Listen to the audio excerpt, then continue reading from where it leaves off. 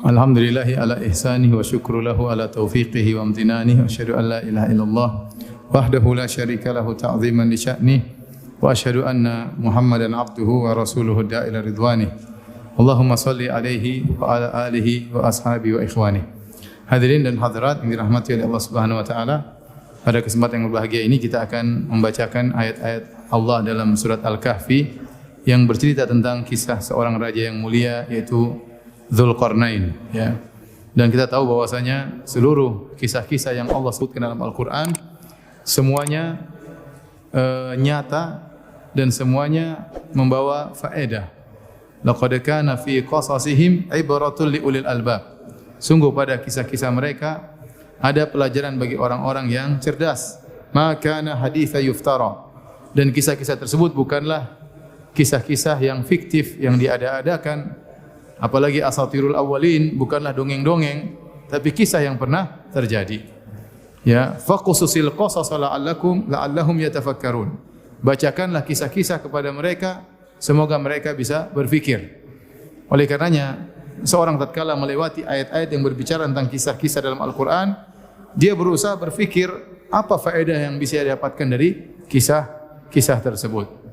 Ini adalah salah satu kisah Dzulqarnain yang Allah sebutkan di antara 4 kisah dalam surat Al-Kahfi, yang kisah-kisah tersebut semuanya bercerita tentang fitnah dan solusinya.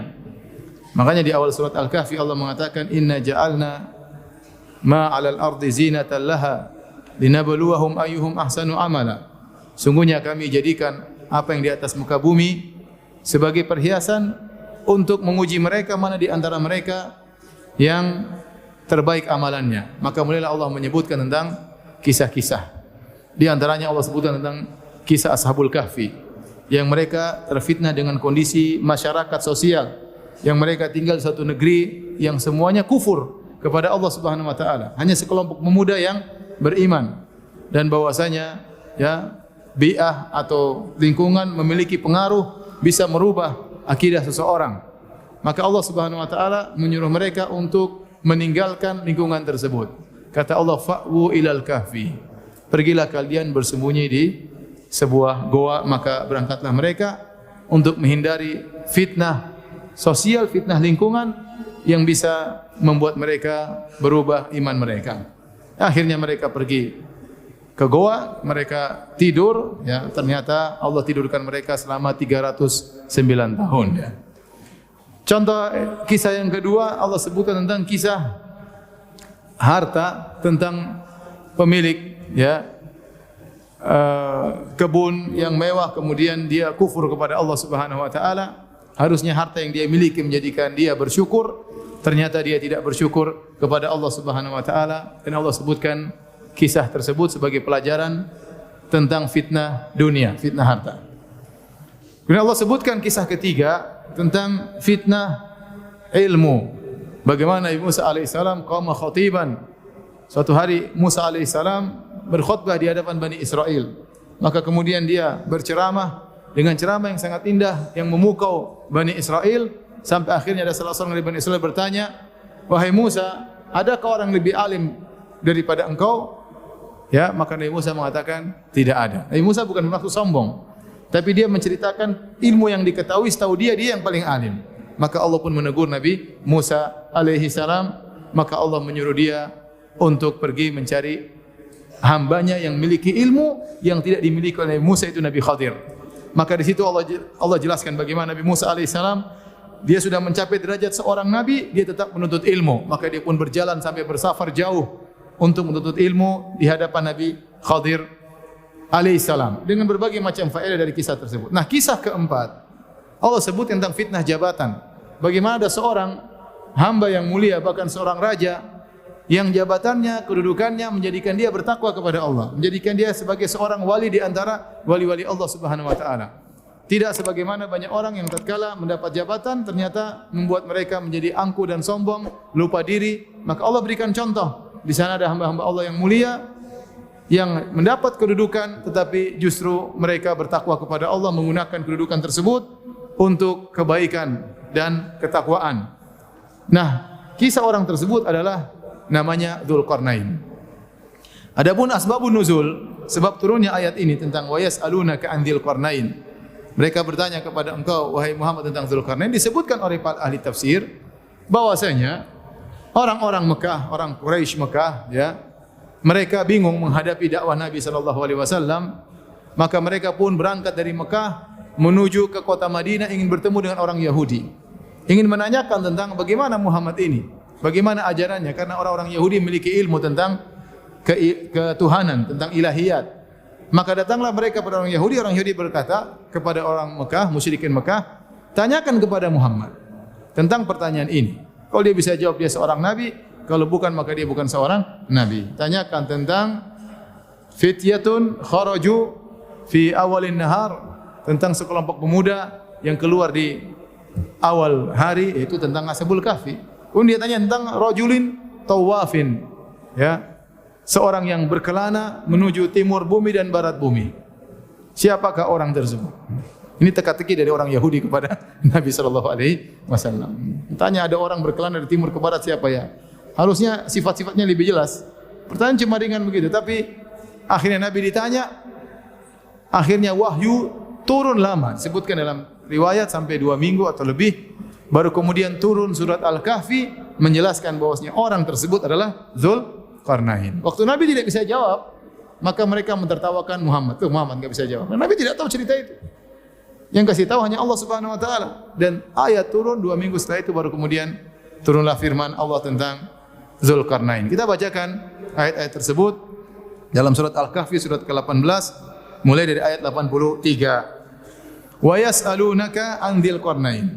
Mereka bertanya kepada engkau wahai Muhammad tentang Dzulqarnain. Ini isyarat tentang sebab nuzul ayat tersebut. Qul sa'atlu 'alaikum minhu dzikra. Katakanlah aku akan bacakan kepada kalian sebagian dari kisahnya. Allah tidak menceritakan seluruh kisah Dzulqarnain. Ya. Karena Al-Qur'an bukan buku sejarah. Al-Qur'an bukan ensiklopedia sejarah, Al-Qur'an bukan kitab sains, bukan. Al-Qur'an kitab iman dan takwa. Meskipun dalam sebagian ayat berkaitan dengan sejarah, benar. Dalam sebagian ayat berkaitan dengan sains dan teknologi, benar. Tetapi Al-Quran turun bukan untuk itu. Itu hanya sekedar rangkaian untuk meninggikan iman dan takwa. Maka Allah hanya menyebutkan sebagian kisah Dzulqarnain yang bermanfaat bagi kita. Allah tidak ceritakan semua. Allah tidak ceritakan dia lahir kapan, kemudian istrinya berapa. Enggak perlu Allah ceritakan. Tidak penting bagi kita, maka Allah tidak ceritakan. Ya.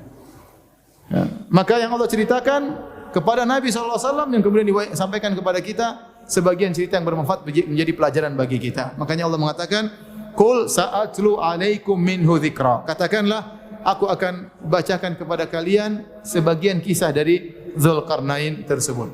Siapakah Dzulqarnain? Dzulqarnain ini kalau kita baca buku-buku tafsir dan kita menelaah perkataan para salaf, maka ada khilaf di kalangan para salaf tentang siapa Dzulqarnain ini. Kenapa? Karena tidak ada dalil yang tegas yang menjelaskan siapa beliau. Ada yang mengatakan kana nabiyan, dia adalah seorang nabi. Apalagi dalam sebagian ayat seakan-akan ada wahyu dari Allah kepada Dzulqarnain, sehingga sebagian ulama berpendapat Dzulqarnain adalah nabi.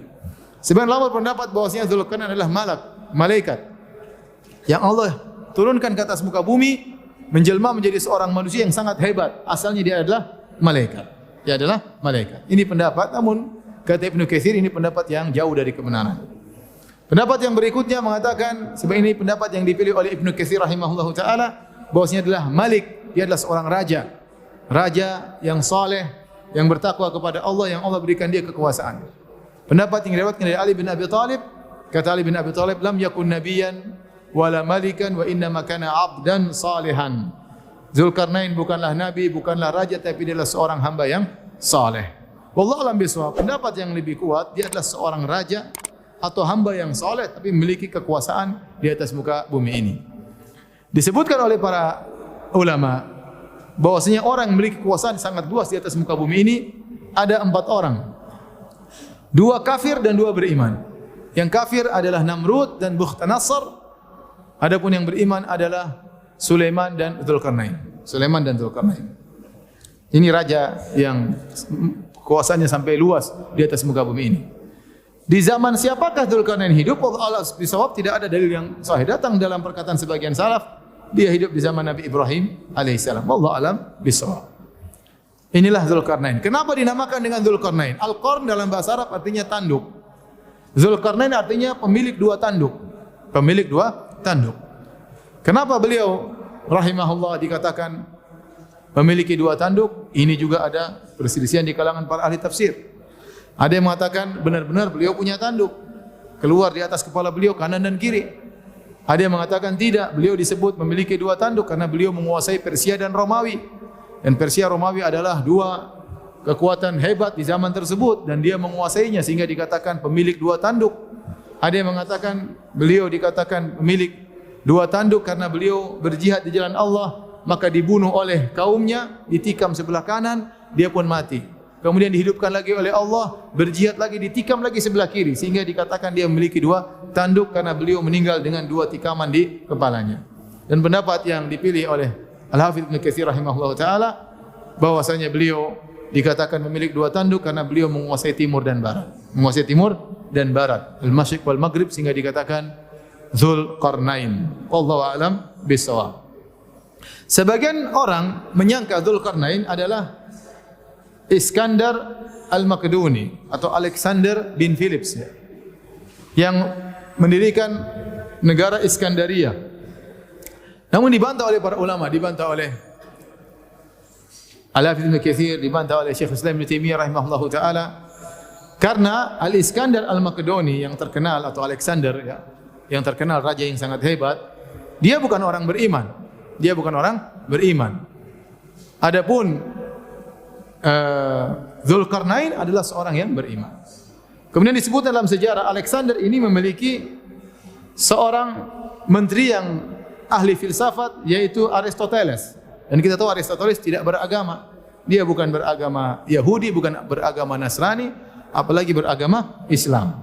Maka yang benar, Dzulqarnain bukanlah Alexander. Dzulqarnain bukanlah Al-Iskandar Al-Makedoni sebagaimana dipersangkakan oleh sebagian orang. Ya. Adapun Dzulqarnain adalah seorang raja yang beriman, yang menguasai timur dan barat, dan Allah berikan dia kekuasaan di atas muka bumi. Baik, kita lanjutkan. Allah berfirman, "Qul sa'atlu 'alaikum minhu dzikra." Katakanlah aku akan bacakan kepada kalian sebagian ceritanya. "Inna makkanna lahu fil ardi wa atainahu min kulli syai'in sababa." Kata Allah, sungguh kami telah memberikan kekuasaan kepadanya di atas muka bumi. Allah memberikan dia kekuasaan. Dan tidaklah seorang mendapat kekuasaan kecuali anugerah dari Allah Subhanahu wa taala. Dan kami telah memberikan kepadanya jalan untuk mencapai segala sesuatu. Dia punya kemampuan yang luar biasa. Segala sesuatu bisa dia lakukan. Dia memiliki persenjataan yang kuat, memiliki pasukan yang banyak, memiliki kecerdasan yang luar biasa, yang seorang raja yang sempurna. Ya. Allah berikan dia segala sebab yang bisa mencapai tujuannya. Dialah Dzulqarnain. Kekuasaan diberikan, anak buah diberikan, persenjataan yang kuat, kecerdasan yang luar biasa. Kemudian kata Allah Subhanahu wa taala, "Fa'atba'a sababa." Maka dia pun menempuh satu jalan. Berjalanlah dia menelusuri bumi, menelusuri daerah kekuasaannya. Hatta idza balagha maghribasy syamsi. Sampai tatkala akhirnya dia tiba di maghribasy syamsi, daerah barat, tempat matahari tenggelam. Wajadaha taghrubu fi ainin hamiatin. Dia mendapati matahari tersebut tenggelam di suatu ain, yaitu sebuah semacam laut yang berlumpur hitam. Wa wajada indaha qauma. Kemudian dia dapati di situ ada sebuah kaum. Yaitu dia berjalan menuju tempat paling ujung di sebelah barat bumi ini. Setelahnya mungkin adalah lautan, ujung daratan kata para ulama. Dia berjalan sampai mencapai ujung daratan di muka bumi ini yang paling barat. Di situ dia melihat matahari tenggelam seperti tenggelam di lautan yang berwarna hitam, ada lumpur berwarna hitam. Tatkala dia tiba di ujung daerah kekuasaannya, wajada indaha qauman. Dia mendapati ada suatu kaum di situ. Qulna ya Dzulqarnain, imma an tu'adziba wa imma an tattakhidha fihim husna. Maka di sini Allah berkata, kami berkata wahai Dzulqarnain. Inilah yang dijadikan dalil oleh sebagian ulama bahwasanya Dzulqarnain adalah wahyu. Karena Allah berkata, kami berkata kepada engkau wahai Dzulqarnain, seakan-akan ada wahyu dari Allah kepada Dzulqarnain. Tapi ini ada masalah khilafiyah. Ada yang mengatakan tidak lazim seperti Allah berfirman, "Wa auhayna ila ummi Musa an ardi'ih." Kami wahyukan kepada ibunya Nabi Musa untuk menyusui Nabi Musa.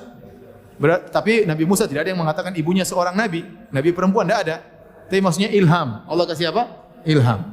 Qulna ya dzal qarnain, kami katakan wahai dzul qarnain, imma an tu'adziba wa imma an tattakhidha fihim husna.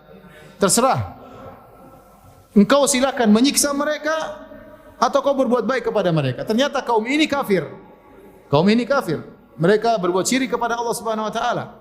Dan mereka di bawah kekuasaan Dzulkarnain. Maka Allah mengatakan silakan beri hukuman kepada mereka karena kesyirikan mereka atau kau berbuat baik kepada mereka. Maka Dzulkarnain mengatakan, qala amma man zalama fasawfa nu'adzibuhu thumma yuraddu ila rabbih fayu'adzibuhu adzaban nukra. Ternyata Dzulkarnain memilih jalan dakwah. Dia tidak langsung menyerang mereka dengan kekuasaan yang banyak, dengan pasukannya yang banyak. Dia tidak langsung menyerang mereka, orang-orang kafir tersebut, tapi dia mulai dengan dakwah. Maka dia pun mendakwahi mereka. Dan Dzulkarnain berkata, adapun yang berbuat zalim, fasaufa nu'adzibuka, maka kami akan menyerangnya. Setelah kalau dia mati di dunia, summa yuraddu ila rabbih, maka di akhirat dia akan dapat siksaan yang lain. Fayu'adzibuhu adzaban nukra, maka dia akan disiksa dengan siksaan yang tiada taranya. Ini menunjukkan Dzulkarnain orang beriman dengan hari akhirat. Maka dia akan berdakwah, yang tidak taat kepada dakwahnya, tidak bertauhid kepada Allah, maka akan diserang oleh Dzulkarnain. Kalau dia mati di dunia, di akhirat dia akan masuk neraka dan diadab dengan adab yang lebih parah. Kemudian kata Dzulkarnain, wa amma man amana wa amila salihan. Adapun yang beriman, menerima dakwaku, wa amila salihan, dan beramal saleh, falahu jazaa'anil husna, maka dia akan mendapatkan perlakuan yang baik. Wa sanaqulu lahu min amrina yusra, dan kami akan titahkan kepadanya perintah-perintah yang mudah kepadanya. Jadi didakwahi yang tidak menerima diperangi oleh Dzulkarnain, yang menerima maka dibaiki oleh Dzulkarnain. Setelah itu Dzulkarnain berjalan menuju ke arah timur, ke timur dunia. Summa atba'a sababa, kemudian dia pun berjalan. Hatta idza balagha matli asy-syamsi, sampailah dia di tempat paling ujung timur, di tempat terbitnya matahari. Wajadaha tatlu ala qaumin, Dzulkarnain mendapati matahari tersebut terbit pada suatu kaum, lam naj'al lahum min duniha sitra, yang kami jadikan kaum tersebut tidak bisa berlindung dari terik matahari. Ini ada pendapat di kalangan para ulama. Ada yang mengatakan yang dimaksud dengan tempat ini yaitu satu kaum yang mereka jauh dari kemajuan, mereka tidak mengenal rumah, mereka tidak mengenal kemah, sehingga mereka tidur di bawah terik matahari. Kalau mereka mungkin masuk ke dalam goa, tapi mereka tidak punya rumah. Ini pendapat. Karena kata Allah, lam naj'al lahum min duniha sitra, kami tidak menjadikan ada penghalang antara mereka dengan matahari. Ada yang mengatakan tidak, tempat ini memang matahari tidak pernah terbenam. Kalau kita pergi ke arah Norwegia dan setelahnya, terkadang matahari 6 bulan tidak apa? Tidak terbenam. Matahari cuma berjalan begini. Saya punya kawan yang pernah tinggal di sana, suatu daerah kota, bukan yang paling ujung, tapi masih ada penduduk. Yang termasuk kota besar, masih ada bandaranya. Setelah itu masih ada kota-kota kecil. Di tempat dia pernah 2 bulan tidak terbenam matahari sama sekali. 2 bulan tidak terbenam matahari. Benar-benar orang-orang tidak ada terlindung dari matahari. 2 bulan matahari tidak pernah terbenam. Kata beliau, di tempat lain ada yang 6 bulan tidak pernah terbenam matahari. Apakah yang dimaksud tempat seperti itu? Wallahu a'lam bishawab. Intinya Dzulkarnain berjalan ke ujung barat, berjalan ke ujung apa? Timur. Dan dia menemukan satu kaum yang sifatnya seperti itu.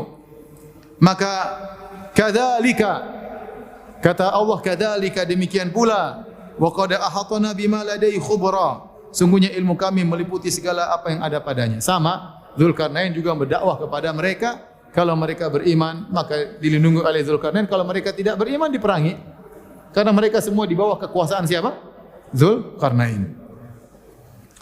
Setelah itu kata Allah, summa atba'a sababa, kemudian dia pun melanjutkan perjalanannya.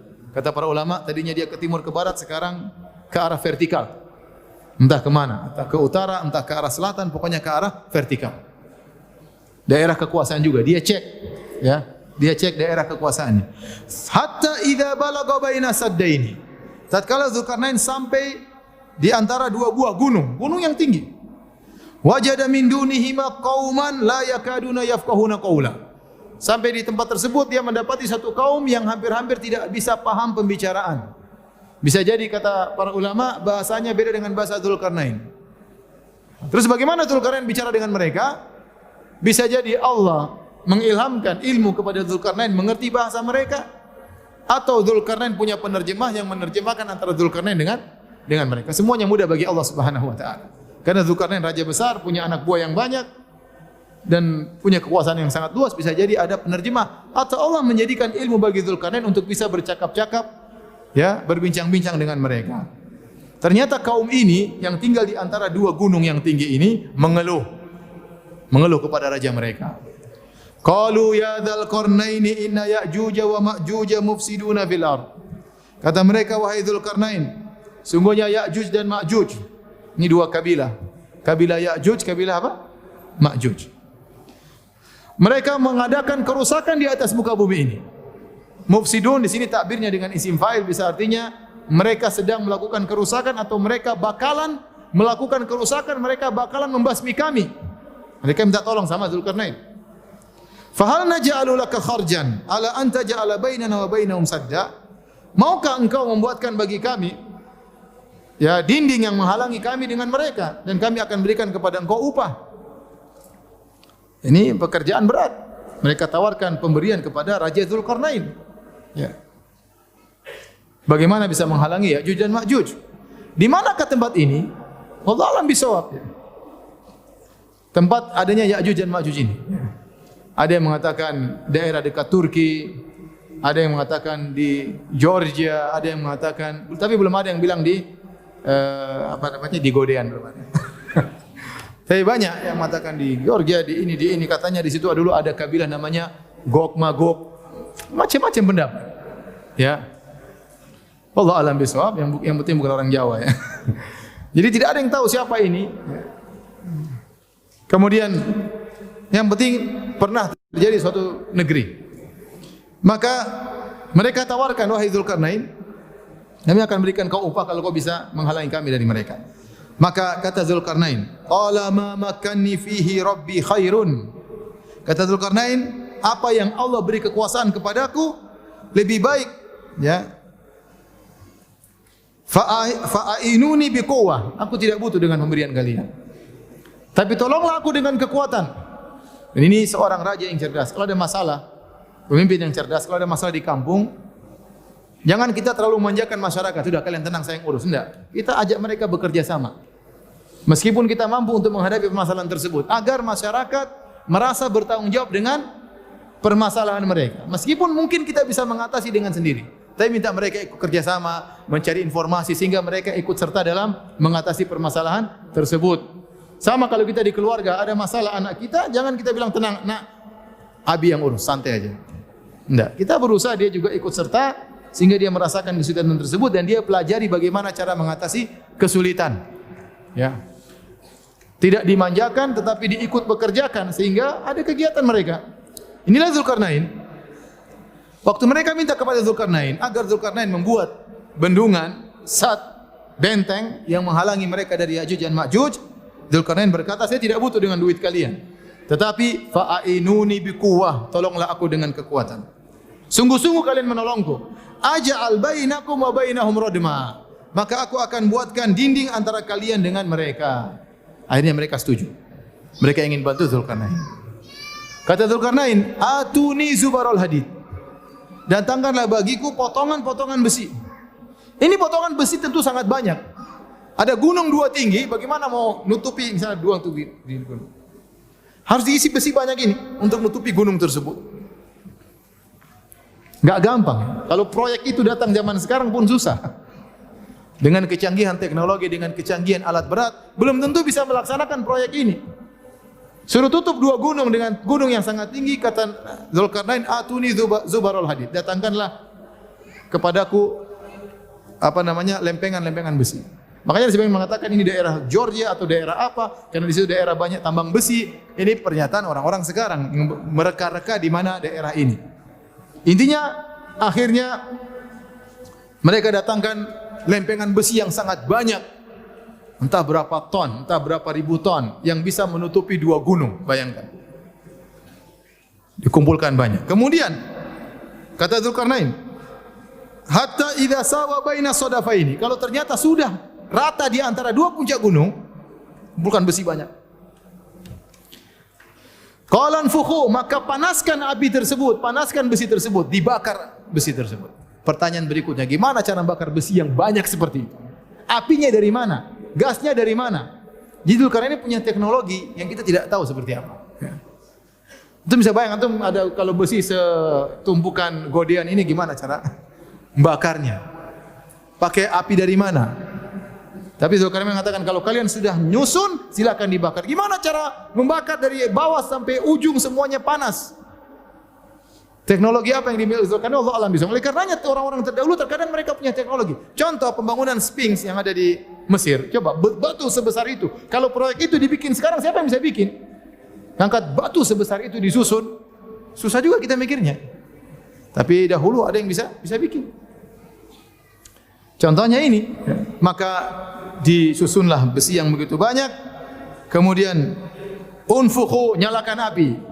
Hatta idza ja'alahu naran, sampai kalau besi tersebut sudah terbakar dan mulai nyala api sendiri saking panasnya besi tersebut, dia juga mengeluarkan api saking panasnya. Dan entah melebur entah apa, ya, sudah panas sekali. Hatta idza ja'alahu naran, sampai besi tersebut menjadi api. Jadi apinya semua dari atas sampai bawah semua sudah menjadi api. Qala atuni ufrik alaihi qitra. Kata Dzulkarnain, datangkanlah kepadaku qitar. Ada yang mengatakan qitar adalah tembaga, nuhas yang lebur yang sudah menjadi cairan saking panasnya, kemudian aku akan tuangkan di atas besi tersebut. Bingung juga gimana cara nuanginnya. Apinya mau dekat saja sudah hangus. Gimana cara nuanginnya? Wallahu alam bishawab. Tapi ini teknologinya Dzulkarnain. Kata dia, kalau sudah jadi api besinya, datangkanlah aku cairan tembaga yang sangat panas. Untuk aku tuangkan di atas gunung besi tersebut. Gimana caranya? Manasin tembaga gimana caranya? Nuangin di atas. Gimana? Oh, panas. Lempar dari jauh nggak bisa, harus dituangkan dengan teratur dan rapi. Sebagian orang mengatakan berarti ilmu tentang metalurgi, tentang metal, permetalan sudah ada sejak zaman dahulu. Bahwasanya kalau besi dicampur dengan tembaga menjadi besi yang sangat kuat. Alam qitar di sini maksudnya apa? Tembaga atau apa yang lain yang jelas.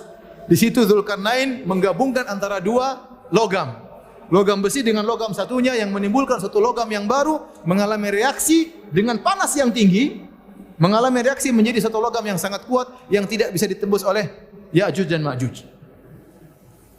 Kemudian setelah itu kata Allah Subhanahu wa taala, "Famasta'u ayyadharuhu wa mastata'u lahu naqaba."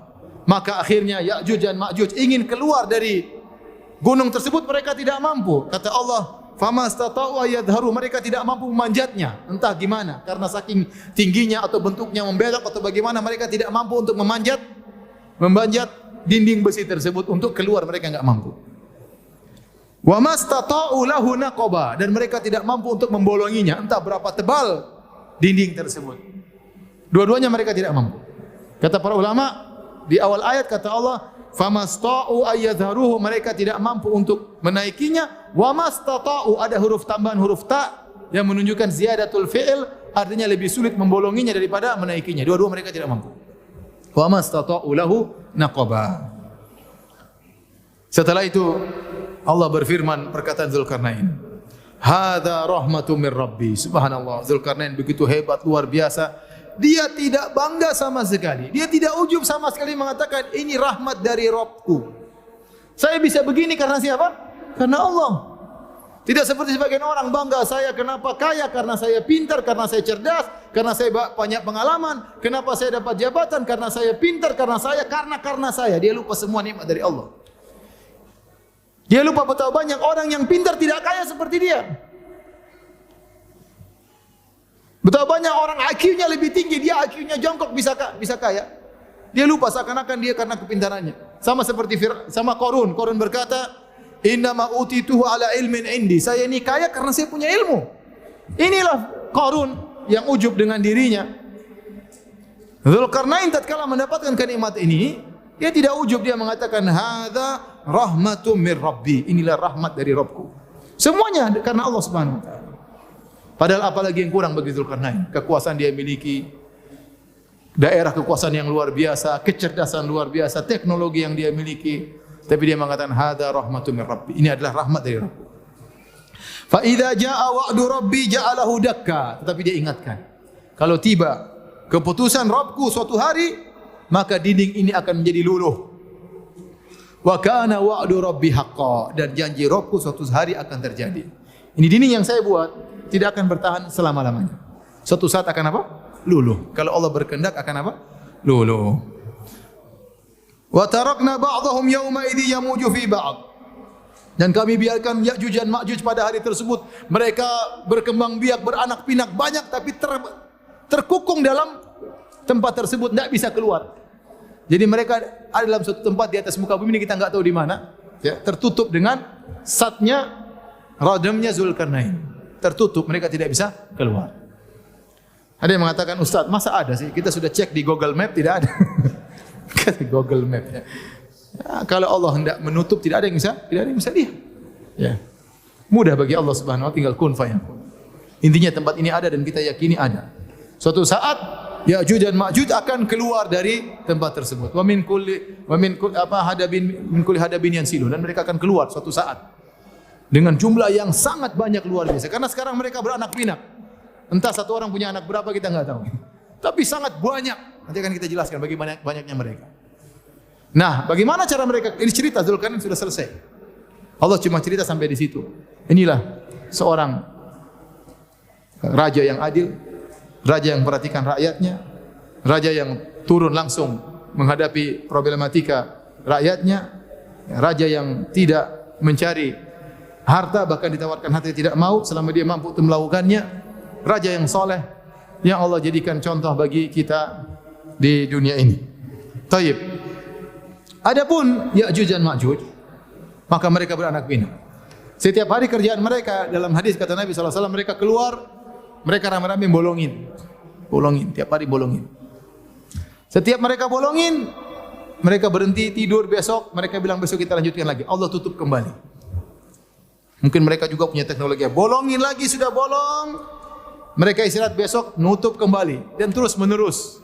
Sampai nanti tiba menjelang hari kiamat, ada pimpinan mereka berkata, tahfirunahu ghadan insyaallah. Sudah, berhenti dulu. Besok kita lanjutkan insyaallah taala. Dia bilang apa? Insyaallah. Tatkala dia bilang insyaallah, lubang tersebut tidak tertutup kembali. Akhirnya terbuka dan akhirnya akan mereka bisa keluar. Mereka bisa keluar dari lubang tersebut. Tatkala mereka keluar. Kapan mereka keluar? Mereka keluar tatkala di penghujung zaman. Tatkala Dajjal turun, kemudian Nabi Isa diturunkan, Dajjal muncul, Nabi Isa diturunkan, Nabi Isa membunuh Dajjal, kemudian Nabi Isa membawa kaum muslimin. Tatkala itu Allah mengatakan kepada Nabi Isa, wahai Isa alaihissalam, bawalah hamba-hambaku ke bukit, ke gunung. Sungguhnya telah keluar hamba-hamba yang kalian tidak bisa menghadapinya, yaitu Ya'juj dan Ma'juj. Maka keluarlah Ya'juj dan Ma'juj. Jumlahnya entah berapa juta, entah berapa miliar. Banyak sekali. Sejak zaman Zulkarnain sampai sekarang mereka enggak ada yang keluar, ya. Kira-kira jumlahnya berapa? Banyak, ya. Banyak sekali. Saking banyaknya mereka keluar dengan begitu banyak, sampai mereka disebut dalam hadis, mereka melewati Buhairah Tabariyah. Mereka suatu danau, mereka lewat. Begitu mereka lewat, depannya minum habis, yang belakang lewat. Dulu di sini kayaknya ada air, kok sudah habis. Yang minum teman-temannya di depan. Saking banyaknya laut habis, bayangkan. Saking beringasnya, saking buasnya mereka. Tidak ada makhluk pun yang mereka temui di atas muka bumi kecuali mereka binasakan, mereka bunuh, mereka beringas. Mereka bunuh. Dalam sebagian disebutkan ciri-ciri mereka seperti orang Mongol, ya. Mereka ada yang mengatakan mereka adalah orang Mongol, ada yang mengatakan mereka orang Cina, dan kita bilang kita enggak tahu, ya. Yang jelas yang Cina sekarang bukan Ya'juj Ma'juj. Kalau Cina sekarang memang Cina jumlahnya, mereka bukan Ya'juj Ma'juj. Di antara mereka ada yang beriman, di antara mereka ada yang saleh, di antara mereka yang hidup bersama kita. Ya, itu tafsiran tapi keliru. Yang jelas mereka masih tertutup. Begitu mereka keluar jumlah yang sangat banyak. Nabi Isa yang bisa lawan Dajjal tidak bisa lawan mereka. Nabi Isa yang membunuh Dajjal tidak bisa melawan Ya'juj dan Ma'juj. Akhirnya mereka pun melakukan perusakan, semua makhluk mereka bunuh. Setelah mereka menguasai muka bumi ini, dengan sombongnya mereka berkata, qad intahaina min ahlil ard, kita sudah selesai membasmi seluruh penghuni bumi. tinggal penghuni langit kita basmi. Masya Allah. Sesumbar, sombong, congkak. Maka mereka pun melepaskan anak panah ke atas. Begitu lempar anak panah ke atas ke langit, mereka ingin bunuh penghuni langit. Allah turunkan anak panah mereka, berlumuran darah. Kata mereka, penghuni langit sudah tewas. Padahal enggak ada, Allah cuma kasih darah aja. Ya. Begitu jatuh anak panah mereka di puncak mereka sedang sombong-sombongnya, tiba-tiba Allah kirim semacam ulat untuk bunuh mereka. Masuk ke leher mereka, dimakan matilah mereka. Ini terkadang Allah bunuh orang-orang sombong dengan perkara yang ringan.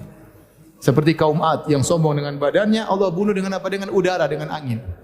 Digoyangkan 8 hari. Bayangkan. Allah tidak kirim besi mukul kepala mereka, tidak, cuma kirim apa? Oksigen. Ngirim udara, mampus mereka. Raja Namrud yang begitu sombong merasa dirinya Tuhan, Allah kirim apa? Lalat atau nyamuk masuk hidungnya, muter-muter, pukul-pukul kepalanya sakit sampai dia mati. Dibunuh sama seekor apa? Lalat atau nyamuk. Ya'juj Ma'juj begitu sombong dan angkuhnya, cuma dikirim apa? Dikirim ulat. Ada orang badan besar kuat, cuma dicium sama nyamuk malaria langsung mati. Jadi begitu di puncak-puncak kesombongannya, Allah kirim ulat, masuk kemudian makan mereka, kemudian mereka pun mati dari awal sampai akhir semuanya. Tatkala mereka semua sudah mati, Nabi Isa turun dari persembunyiannya, melihat tidak ada tempat untuk tinggal, semuanya dipenuhi oleh Ya'juj dan Ma'juj. Menunjukkan jumlah mereka mungkin miliaran, banyak sekali. Dan tempat sudah tidak kondusif untuk tinggal, bau yang sangat busuk, semuanya bangkainya Ya'juj dan Ma'juj. Nabi Isa berdoa kepada Allah Subhanahu wa taala, akhirnya datanglah semacam burung, ya, semacam leher onta, kemudian mengangkat mayat-mayat Ya'juj dan Ma'juj, entah dibuang ke mana, baru kemudian Nabi Isa bisa hidup normal dengan para pengikutnya, sampai akhirnya beliau meninggal dunia sebagaimana wajarnya. Beliau turun di akhir zaman untuk membantah, ya, keyakinan orang-orang Yahudi yang mengatakan Nabi Isa sudah mereka bunuh, dan membantah orang-orang Nasara yang mengatakan Nabi Isa adalah Tuhan. Ternyata dia manusia dan dia seorang nabi, dan dia pun meninggal sebagaimana nabi-nabi yang lain, dan untuk memperkuat keimanan orang Islam bahwasanya Nabi Isa adalah seorang nabi, bukanlah Tuhan. Wallahu ta'ala alam bisawab. Inilah sedikit faedah yang bisa kita ambil dari kisah Dzulqarnain. Semoga bermanfaat, dan saya rasa tidak perlu tanya jawab. Ya, tidak usah tanya jawab ya. Antum cuma belum makan siang kan? Kalau saya sudah, alhamdulillah ya. Demikian saja kajian kita. Subhanakallahumma bihamdik, asyhadu an la ilaha illa anta, astaghfiruka wa atubu ilaik. Assalamualaikum warahmatullahi wabarakatuh.